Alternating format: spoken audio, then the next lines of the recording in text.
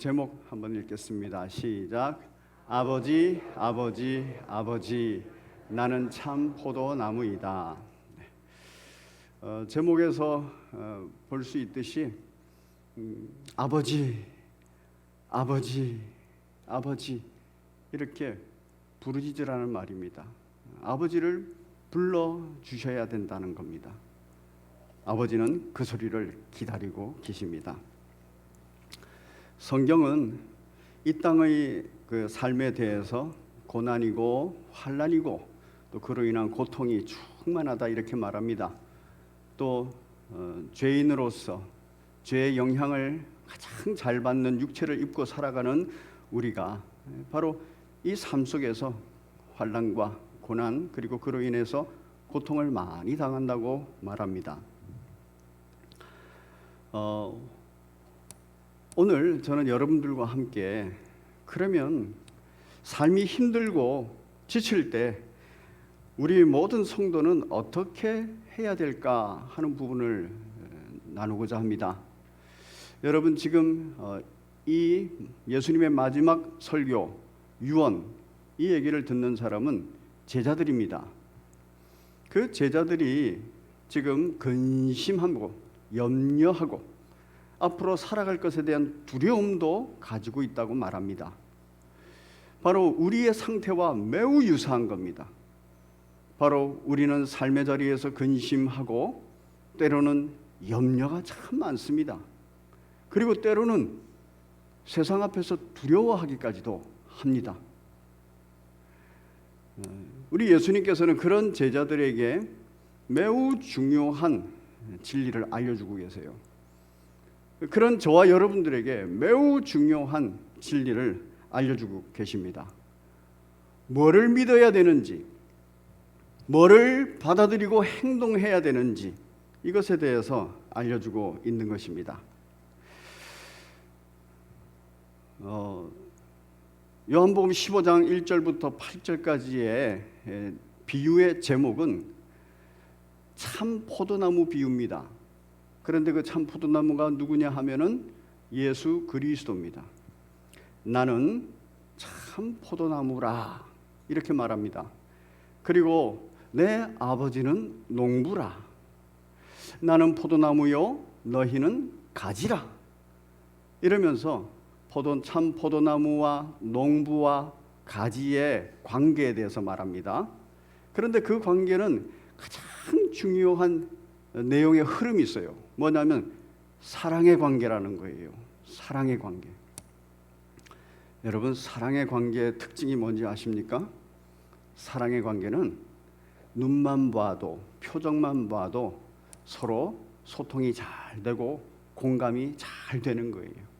이 얘기는 예수 그리스도와 하나님 아버지 그리고 가지된 우리가 그렇게 아버지라고 부르면은 그 아버지라고 부르는 소리 속에서 그 부르짖음 속에서 바로 내가 아버지하고 하나 되는 거예요. 내가 예수 그리스도하고 하나 되는 거예요. 그럴 때 이 가지가 살아간다는 겁니다. 그럴 때 바로 1세기의 제자들이 근심하지 않고 염려하지 않고 두려워하지 않고 살아간다는 겁니다. 그럴 때 바로 21세기를 살아가는 저와 여러분들이 염려하지 않고 근심하지 않고 두려워하지 않고 살아간다는 것입니다. 예수님이 나는 참 포도나무다 이럴 때에는 구약에서 많이 예언되어 있던 예표들이 있어요. 그 예표들은 예표고 나는 실물이다. 나는 실제다. 나는 완전한 자다. 이런 표현이에요. 예수님이 참 포도나무인 것을 믿으십니까? 구약에 예언되어 있는 모든 것들의 완전체요 그리고 실제 실물인 것을 믿으십니까? 역사 속에 그렇게 존재했던 분이십니다. 그러면 여기에서 참 포도나무이신 예수님이 두 가지 관계를 맺어요. 첫 번째 관계가 바로 내 아버지하고 관계입니다. 그래서 참 포도나무인 내가 있고 나는 내 아버지와 관계를 맺는데 그 관계의 특성이 농부 같은 관계다. 이런 얘기를 하는 겁니다. 그 다음에 두 번째 이 비유에서 말하는 관계는 가지와의 관계예요. 우리 5절 한번 볼까요? 5절 오늘 본문 한번 띄워주십시오. 자, 5절 같이 읽습니다. 시작. 나는 포도나무요 너희는 가지라 됐습니다. 나는 참 포도나무고 너희는 나와의 관계 속에서 내 가지다. 이 표현은 무슨 표현이에요? 너와 나는 한 몸이다는 거예요. 그래서 내 안에 있다 이렇게 말해요. 나하고 떨어져서는 절대 안 된다는 겁니다. 여러분은 예수 그리스도에게 딱 붙어 계십니까? 일주일을 살아가면서 예수 그리스도에 관한 생각을 안 하고 살고 있지는 않았습니까?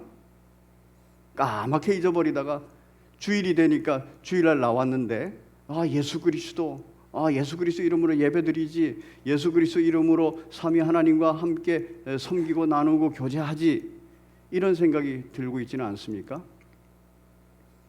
여기에서 예수님께서 제자들에게 말하는 것은 바로 매일매일 매 순간순간 포도나무 가지가 포도나무에 딱 붙어 있듯이 절대로 떨어져서 안 된다는 거예요. 항상 붙어 있어야 된다는 겁니다. 항상 붙어 있어야, 그래야 오늘 5절 6절에서 말하는 것처럼 그 가지가 불에 타지 않는다는 거예요. 버려지지 않는다는 겁니다. 그 가지가 열매를 맺어낸다는 겁니다. 여러분, 항상 붙어 있어야 됩니다. 항상 붙어 있기 위해서 참으로 많은 애를 써야 되죠. 항상 붙어 있는 방법이 뭘까요? 예수님은 이 방법에 관하여서 아주 명료하게 말씀하십니다.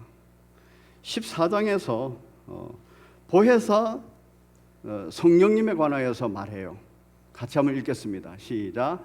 보혜사 곧 아버지께서 내 이름으로 보내실 성령, 그가 너희에게 모든 것을 가르치고 내가 너희에게 말한 모든 것을 생각나게 하리라. 여러분, 우리가 애를 쓰고 힘써야 될 것은 성령 충만이에요. 왜 성령 충만해야 됩니까? 성령께서 충만히 내게 역사하실 때 진리에 대해서 가르치시고, 그리고 진리에 대해서 생각나게 하는 거예요. 이 표현을 요한복음 14장 20절에서는 뭐라고 표현했냐면은, 그날에는 내가 아버지 안에, 너희가 내 안에, 내가 너희 안에 있는 것을 너희가 알리라. 우리가 할 수 있는 것은 성령 충만을 구하는 거예요.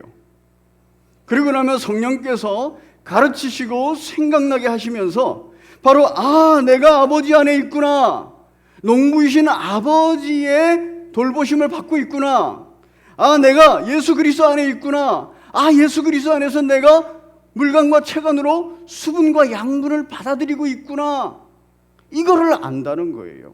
그 얘기는 성령 충만하지 않으면은 이 사실이 있음에도 불구하고 모른다는 것이고, 모른다는 얘기는 그 정도로 감각적으로 체험되지 않는다는 거예요. 여러분, 우리 삶의 자리는 감각적으로 체험되는 곳입니다.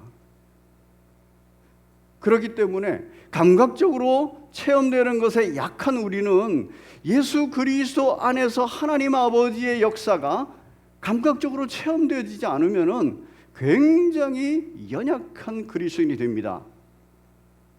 이런 사람을 종교인이라고 말합니다. 종교인이라고. 기독교라는 종교를 가지고 있는 사람이에요. 바로 예수 그리스도 안에 거하기 위해서, 또한 예수 그리스도께서 우리 안에 거하기 위해서 성령 충만해야 돼요.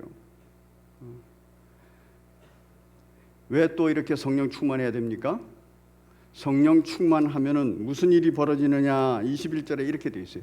나의 계명을 지키는 자라야 나를 사랑하는 자니, 나를 사랑하는 자는 내 아버지께 사랑을 받을 것이요 나도 그를 사랑하며 그에게 나를 나타내리라. 여러분, 사랑의 관계가 그냥 맺어지는 게 아니라 이렇게 되면 아주 돈독해져서 영육간에 체험되어진다는 거예요. 아, 아버지께서 나를 사랑하시는구나. 예수님께서 나를 사랑하시는구나. 그게 느껴지는 가지가 되는 거예요.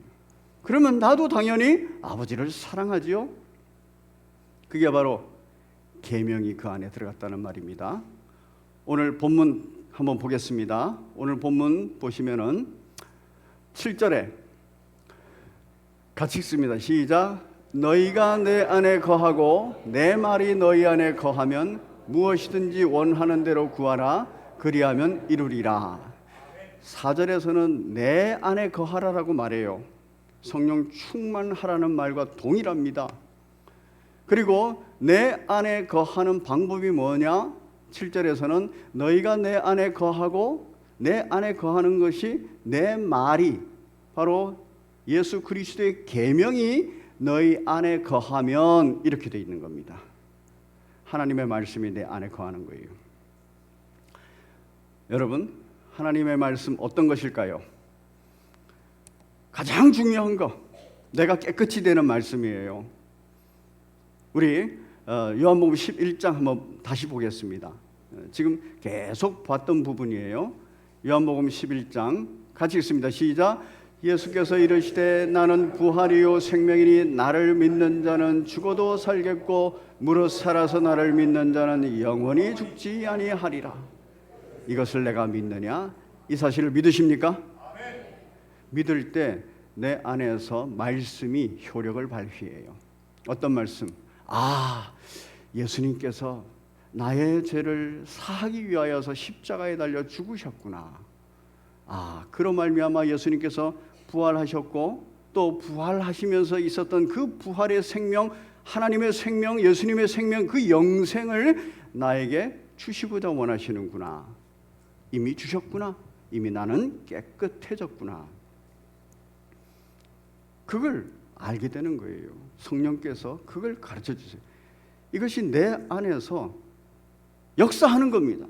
내 말이 너희 안에 거하면 바로 나는 부활이요 생명이니 나를 믿는 자는 죽어도 살겠고 무릇 살아서 나를 믿는 자는 영원히 죽지 아니하리라 하는 이 말씀이 내 안에서 역사하는 거예요. 성령의 역사입니다. 두 번째, 뭐를 또 우리가 믿어야 됩니까? 14장에서 분명히 얘기했죠. 요한복음 14장 본문 말씀 봅니다. 시작. 예수께서 이르시되 내가 곧 길이요 진리요 생명이니 나로 말미암지 않고는 아버지께로 올 자가 없느니라. 여러분, 이 말이 여러분 마음속에 있습니까? 여러분 안에 있습니까? 여러분 안에서 역사하고 계십니까? 그럴 때 우리는 아, 예수님 외에는 아버지께로 갈 길이 없구나. 아, 예수님 외에는 아버지께로 인도할 진리가 없구나. 아, 예수님 외에는 아버지께로 가서 아버지의 생명을 얻을 수 있게 해주는 중보자가 없구나. 이게 믿어지는 거예요. 그러면 오직 예수밖에 안 보이는 겁니다. 이게 어떻게 해야 이 말이 내 안에서 역사한다고요? 성령 충만해야 돼요. 헤르만 바빙크라고 하는 개혁주의 신학자가 있습니다. 그 신학자가 하나님 말씀과 성령의 관계에 대해서 이렇게 말을 했어요. 하나님 말씀은 성령의 영감으로 기록된 것으로 또 그 영감을 잘 보존하고 있는 것으로 바로 그 말씀에는 성령께서 붙어 있다 그랬어요. 그 말씀은 살았고 운동력이 있다 그랬어요. 그래서 그 말씀에는 성령이 붙어 있어서 실제로 성령의 역사를 일으킨다 그랬습니다. 말씀 자체에 마법의 그런 능력이 있어서가 아니에요. 그 마법사들이 사용하고 있는 주술서가 아니라는 겁니다. 바로 이 말씀에 성령께서 영감으로 주셨고 성령께서 보존하시면서 성령께서 말씀과 함께 역사한다는 거예요. 나는 부활이요 생명이라. 나를 믿으면 죽어도 살겠고 무릇 살아서 나를 믿는 자는 영원히 죽지 아니하리라 라는 이 말씀에는 성령께서 함께 역사하신다는 거예요. 그래서 이 말씀이 내 안에 있으면 내 안에서 성령께서 역사하시는 거예요. 나는 길이요 진리요 생명이니 나로 말미암지 않거나 아버지께로 올 자가 없다. 이렇게 말씀하시면은 바로 그 말씀이 내 안에 있다라는 표현은 성령께서 그 말씀과 함께 내 안에서 역사한다는 표현이에요. 여러분, 이 사실을 믿으십니까? 그게 바로 내 말이 너희 안에 있다 하는 말의 의미입니다. 여러분, 하나님의 말씀은 정말 영감으로 기록되었을 뿐만 아니라 살았고 운동력이 있는 말씀입니다. 그렇기 때문에 그 말씀이 내 안에 있어야 돼요. 그 말씀이 내가 믿어져야 돼요. 이러기 위해서 우리가 할 수 있는 것은 성령 충만을 구하는 겁니다. 성령 충만 없이는 그 말씀이 충만해지지가 않아요. 그래서 지금까지 우리가 알고 있다시피 성령 충만은 말씀 충만이다 이렇게 말하고 있는 것입니다. 우리 믿음의 선진들은 잘 알고 있었습니다. 왜 이렇게 예수님의 말이 우리 안에 있어야 되느냐 하면은 거기에는 성령의 역사가 있어서 힘과 능력이 나타나기 때문에 그래요. 우리 7절 한번 보겠습니다. 7절 다시 한번 오늘 본문 보겠습니다. 같이 읽습니다. 시작. 너희가 내 안에 거하고 내 말이 너희 안에 거하면 무엇이든지 원하는 대로 구하라. 그리하면 이루리라. 할렐루야. 무엇이든지 원하는 대로 구하라요. 그리하면 다 이룬대요. 우리의 삶의 자리에 고난이 있고 환난이 있고 그로 인한 고통이 있고 좌절이 있고 절망이 있고 그리고 그로 인하여서 참으로 힘들고 지쳐서 낙심이 되고 있고 낭망이 되고 있으면은 우리는 뭐를 해야 돼요? 예수 그리스도 안에서 예수 그리스도에 붙어 있는 가지처럼 예수 그리스도 안에서 아버지, 아버지, 아버지 이렇게 부르짖어야 돼요. 부르짖을 수 있어요. 그래서 우리가 전에 한번 불렀던 너는 내 아들이라 이런 제목의 복음성가가 있었어요. 힘들고 지쳐 낭망하고 넘어져 일어날 힘이 전혀 없을 때 뭐 하라고요? 아버지라고 부르라고요. 왜요? 아버지께서는 너는 내 아들이야, 너는 내 딸이야 이렇게 손을 내밀고 계시거든요.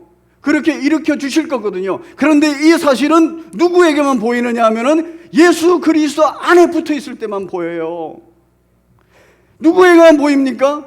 성령 충만해서 내가 예수 그리스도의 가지로서 예수 그리스도 참 포도나무에 붙어 있구나 이거를 영육간에 체험하는 사람에게만 이게 보이고 그런 사람만이 아버지, 아버지, 아버지 부르짖을 수 있습니다.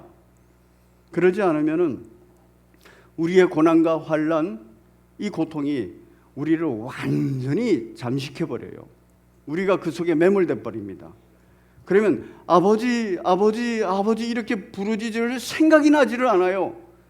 그냥 그 고난과 환난 속에 고통 가운데서 매몰돼서 내 속에서는 원망과 불평이, 내 속에서는 좌절과 절망이 그렇게 내려앉는 겁니다. 지금 예수님께서는 제자들에게 힘들고 지쳐있지, 그리고 앞으로 너희들이 살아갈 일이 암담하지, 그런데 살아가야 돼 이렇게 말하고 있어요. 사명을 감당해야 돼 이렇게 말하고 있어요.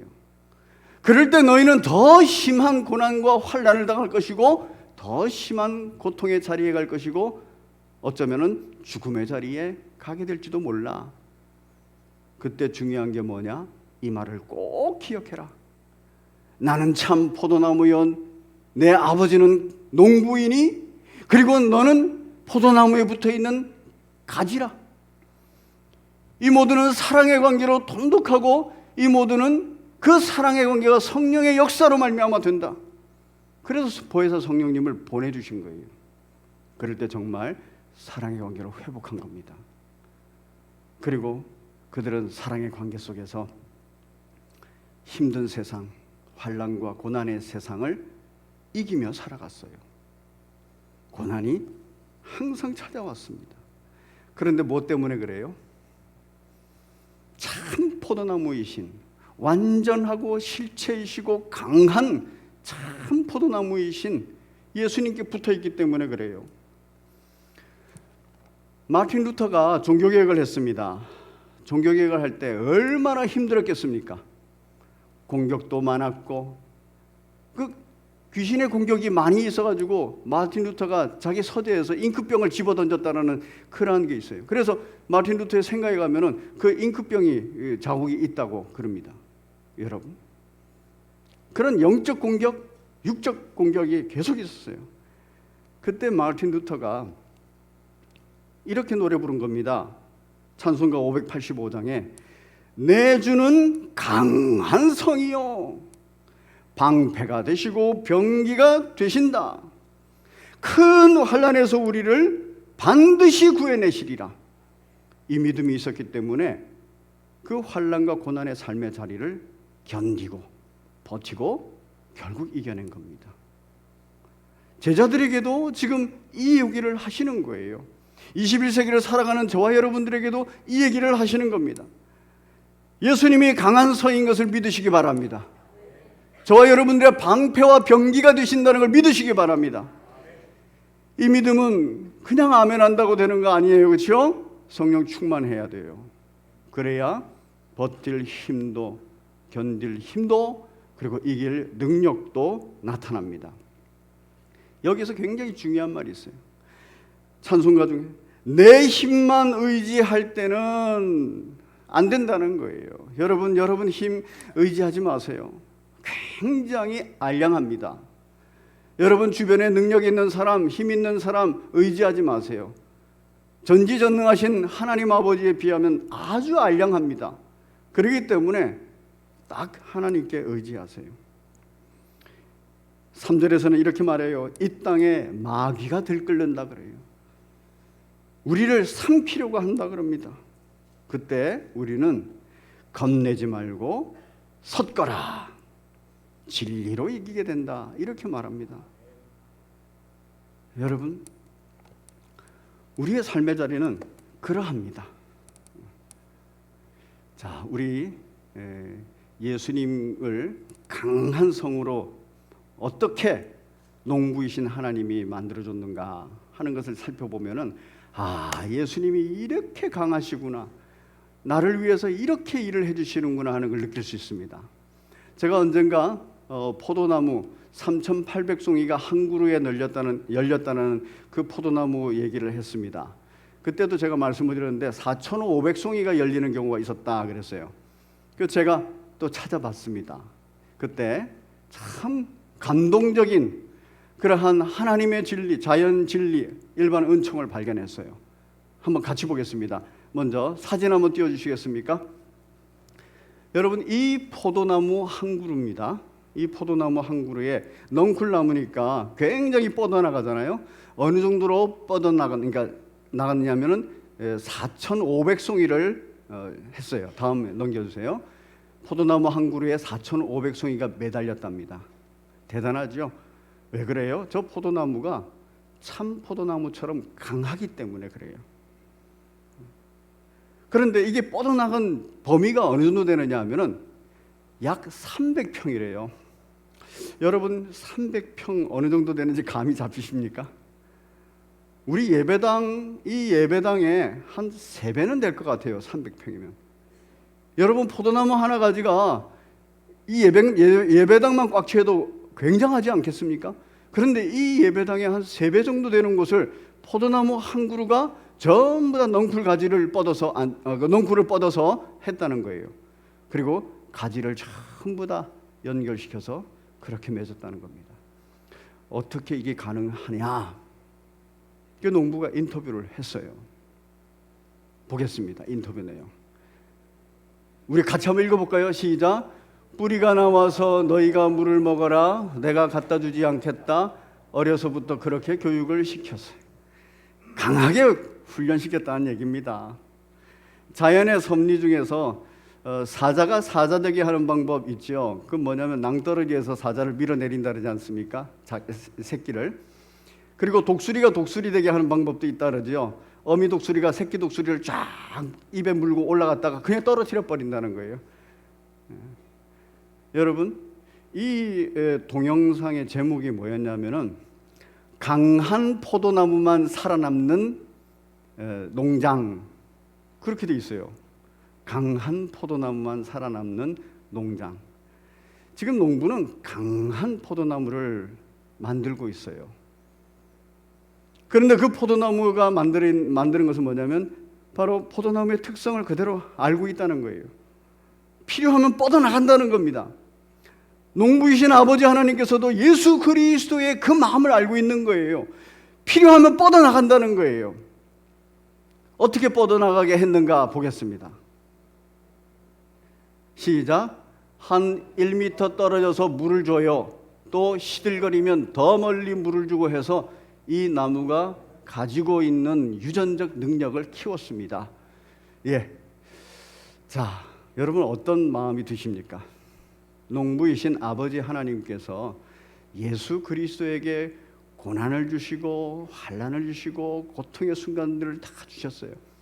극치의 고통은 어디였습니까? 십자가의 죽음의 사건이었어요.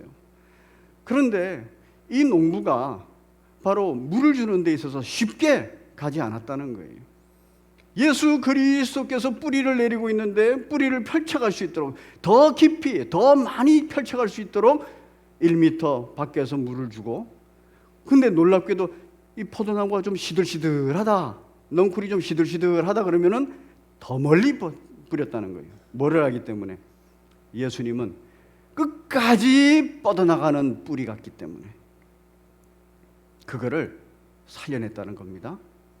왜 예수님께서 그렇게 끝까지 뻗어나가는 그 포도넝쿨이었을까요? 끝까지 뻗어나가는 뿌리였을까요? 딱 한 가지 목표지요. 뭐냐면은 가지에 충분한 수분과 충분한 영양소를 공급하기 위해서예요. 그래서 가지가 정말 아주 좋은 열매를 풍성히 맺게 하기 위해서입니다. 이걸 위해서 농부도 그렇게 했고, 이걸 위해서 예수님은 그렇게 고통스럽지만 그렇게 힘겹게 뻗어나가고 깊이 뿌리를 내린 겁니다. 사랑하는 성도 여러분, 지금 여러분의 삶의 자리가 힘들고 지쳐 있습니까?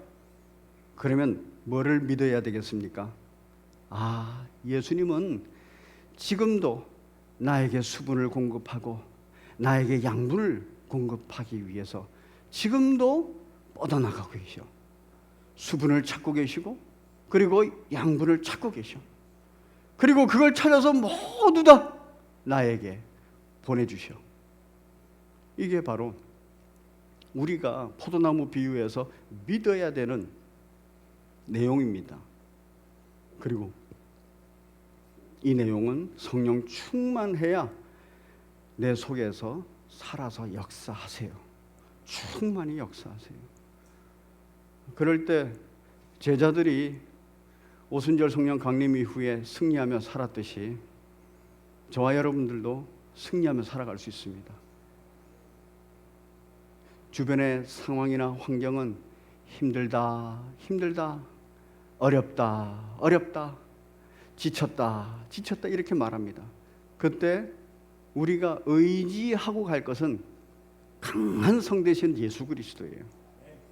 고난 내 영혼이라고 생각이 드시면은 내 고난 이 영혼이 어디로 가야 될 것인가? 돈을 찾아서 갈 것인가? 명예를 찾아갈 것인가? 권력을 찾아갈 것인가? 사람을 찾아갈 것인가? 누구에게도 의지할 수가 없어요. 의지할 필요가 없습니다. 저와 여러분들에게는 예수님이 계시기 때문에 딱 붙어 있어요. 성령 충만하면 영육 간의 강한 은혜 속에서 우리가 살아갈 수 있습니다. 8절 같이 읽겠습니다. 8절 본문입니다. 시작. 너희가 열매를 많이 맺으면 내 아버지께서 영광을 받으실 것이요 너희는 내 제자가 되리라. 아멘. 여러분 열매를 많이 맺으시기 바랍니다. 그러기 위해서는 가지에 잘 붙어 있어야 되고 가지가 공급하는 모든 수분과 영양소를 잘 받으셔야 돼요. 그러기 위해서는 성령 충만해야 됩니다. 15장 포도나무 비유의 결론은 이렇게 맺고 있습니다. 결론은 바로 16절인데 너희가 나를 택한 것이 아니요 내가 너희를 택하여 세웠나니 이는 너희로 가서 열매를 많이 맺게 하고 또 너희 열매가 항상 있게 하여 내 이름으로 예수 그리스도 안에서 예수 그리스도 이름으로 아버지께 무엇을 구하든지 다 받게 하려 함이라. 할렐루야. 이 세상 살아가면서 우리에게 반드시 필요한 것은 아버지, 아버지, 아버지라고 부르는 것입니다. 그 부르짖음 누구에게만 있다고요? 예수 그리스도에게 붙어있는 사람에게만 있다고. 그 예수 그리스도에 붙어있는 것을 느끼는 사람은 확인하는 사람 누구라고? 성령 충만한 사람이라고. 며칠 전에 한 청년이 저에게 와서 물었어요. 이 청년은 저하고 여러 번 이렇게 얘기를 나눴던 청년입니다. 굉장히 삶의 자리가 힘에 겨워서 마음이 침체되고 우울한 마음들을 가지고 있었던 청년이에요.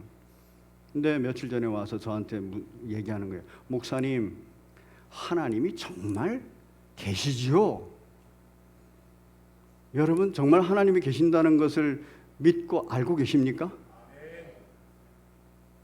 그래서 그럼 계시지. 그건 성령 충만해서 우리가 믿음의 영역에 있을 때 확실히 알아. 그러니까 그 청년이 뭐라 하냐면 예 목사님 그러면 하나님이 계신 줄로 제가 믿고 살아보겠습니다. 그렇게 얘기하고 갔어요. 여러분 우리의 삶의 자리에서 하나님을 믿는다고 하면서도 계신 것도 인정하지 않고 믿지도 않는 경우가 굉장히 많습니다. 하나님의 전지전능한 능력을 입기보다는 내 힘으로 뭔가 하려고 그럴 때가 굉장히 많습니다. 그때마다 우리 회개하고 돌아서세요. 그리고 아버지, 아버지, 아버지 이렇게 부르시기 바랍니다. 그럼 그 소리를 딱 들으시고 그래 내 아들아 내 딸아 나를 부르는구나. 나를 필요로 하는구나. 아버지께서 들어주신다고 그렇게 약속하셨습니다. 주 안에서 기도하시는 복된 여러분 되시기를 바랍니다.